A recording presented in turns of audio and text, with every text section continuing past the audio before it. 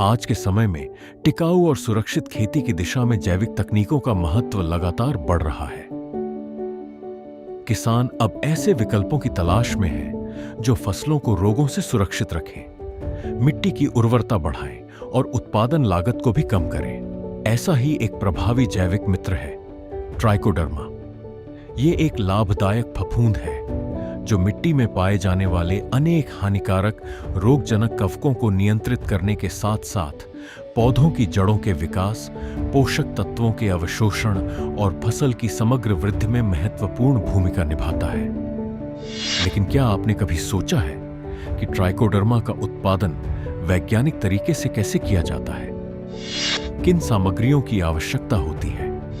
किस प्रकार इसकी गुणवत्ता सुनिश्चित की जाती है और इसे बड़े पैमाने पर कैसे तैयार किया जाता है? इन्हीं सभी महत्वपूर्ण पहलुओं पर विस्तार से जानकारी देंगे हमारे वैज्ञानिक। पौधों में जो बीमारी लगती है, खासकर जड़ों में लगने वाली बहुत सारी बीमारियां हैं, उसको ठीक करने के लिए हम लोगों के पास एक जैव जीवनाशी है जिसको कि बहुत लोग ट्राइकोडर्मा के नाम से जानते हैं। इस ट्राइकोडर्मा को कैसे हम लोग बड़े पैमाने पर इसका प्रोडक्शन कर सकते हैं, बड़े पैमाने पर इसको कैसे बढ़ा सकते हैं, जिसका कि हम सीधे खेत में ले जा सकते हैं और खेत में ले जा करके या तो डायरेक्टली हम लोग ज़मीन पे मिला सकते हैं या तो इसको बीज को उपचारित करके बीज को लगा सकते हैं, जिससे कि हमारे पास फिर से स्वस्थ पौधे आएंगे और नुकसान किसान भाइयों को कम होगा। इसी पद्धति को दिखाने के लिए हम लोग अपने डिपार्टमेंट में आज हम लोग दिखाने जा रहे हैं कि ट्राइकोडर्मा का बड़े पैमाने पर प्रोडक्शन किस तरह से किया जाता है। इसके लिए हम डॉक्टर प्राची सिंह को आमंत्रित करते हैं। धन्यवाद सर। पहले हमने रात भर मकई को भिगा लिया है पानी में। 24 घंटे भिगाने के बाद मकई को पानी में हम इसको छान लेते हैं। छानने के बाद इस मकई को ऑटोक्लेवेबल बैग्स में भरा जाता है। ऑटोक्लेवेबल बैग्स में भरने के बाद हम कॉटन प्लग लगाएंगे। कॉटन प्लग को स्टेबल करने के लिए रबर बैंड लगा देते हैं। रबर बैंड लगाने के बाद हम इसको फॉइल से कवर कर देते हैं और उसके बाद हम इसको ले जाके ऑटोक्लेव में रख देंगे। ये ऑटोक्लेव में रख दिया जाएगा अंदर और उसके बाद हम इसको ऑटोक्लेव कर लेंगे।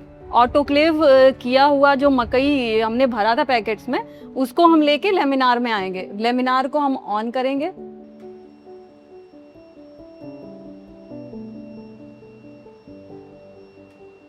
अब लेमिनार में हम ट्राइकोडर्मा जो पहले से मिट्टी से आइसोलेट किया गया है, ये इसका प्योर कल्चर है। इससे हम इनोकुलेट करेंगे मकई के ग्रेन पे। इसके लिए सबसे पहले हम अपने हाथ को स्टेरलाइज करेंगे। अल्कोहल से प्लेटफॉर्म को क्लीन कर लेंगे। क्लीन करने के बाद बर्नर को जला देंगे। बर्नर जलाने के बाद हम निडल को फ्लेम पे स्टेरलाइज कर लेंगे, फ्लेम स्टेरलाइजेशन। फिर जो निडल है उसको ठंडा करना होता है, तुरंत से हमको नहीं पिक करना है क्योंकि ये भी एक फफूंद है तो ये मर जाएगा। तो इसलिए हम थोड़ा सा इसको ठंडा करेंगे। ठंडा करने के बाद हम जो ट्राइकोडर्मा है उसको पिक करेंगे, पिक कर लेंगे और फिर इसको ऑटोक्लेव किए हुए जो हमारा मकई है उसमें इसको डाल देंगे। आवश्यकता अनुसार अगर मकई का क्वांटिटी ज्यादा है तो फिर हमको ज्यादा ट्राइकोडर्मा को डालना होगा। इसमें डालने के बाद हम इसको फिर से बैग्स को सील कर देंगे कॉटन प्लग्स लगा के और इसको सील कर देंगे रबर बैंड से। इसको फास्टन करके इस बैग को हम अब बीओडी इंक्यूबेटर में रख देंगे। बीओडी इंक्यूबेटर में रख देंगे। अब ये बैग हमारा 15 दिन के बाद इस तरह से हरा हरा ट्राइकोडर्मा पूरा मकई के जो दाने हैं उसके ऊपर ग्रो कर जाएगा। जब पूरा का पूरा जो दाना है मकई का वो हरा हो जाएगा फफूंद के ग्रोथ की वजह से, तो इसके बाद फिर हम इसकी पिसाई कर सकते हैं।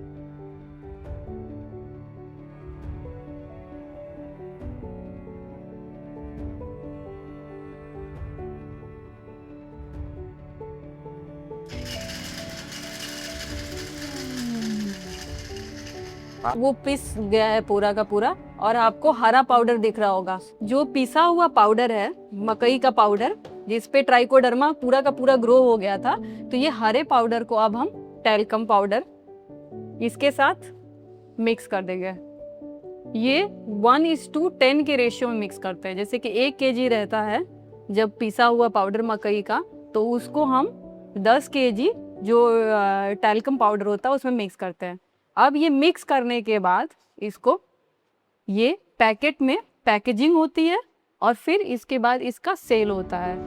आपने देखा कि वैज्ञानिक विधि, स्वच्छता और निर्धारित तापमान का पालन करते हुए ट्राइकोडर्मा का गुणवत्तापूर्ण उत्पादन किया जा सकता है। सही तरीके से तैयार किया गया ट्राइकोडर्मा न केवल फसलों को विभिन्न मृदा जनित रोगों से सुरक्षा प्रदान करता है, बल्कि मिट्टी के स्वास्थ्य को बेहतर बनाने और रासायनिक कवकनाशियों पर निर्भरता कम करने में भी महत्वपूर्ण भूमिका निभाता है। ध्यान रखें कि जैव उत्पादों की गुणवत्ता बनाए रखने के लिए प्रत्येक चरण में स्वच्छता, मानक प्रक्रिया और उचित भंडारण का विशेष ध्यान रखना आवश्यक है।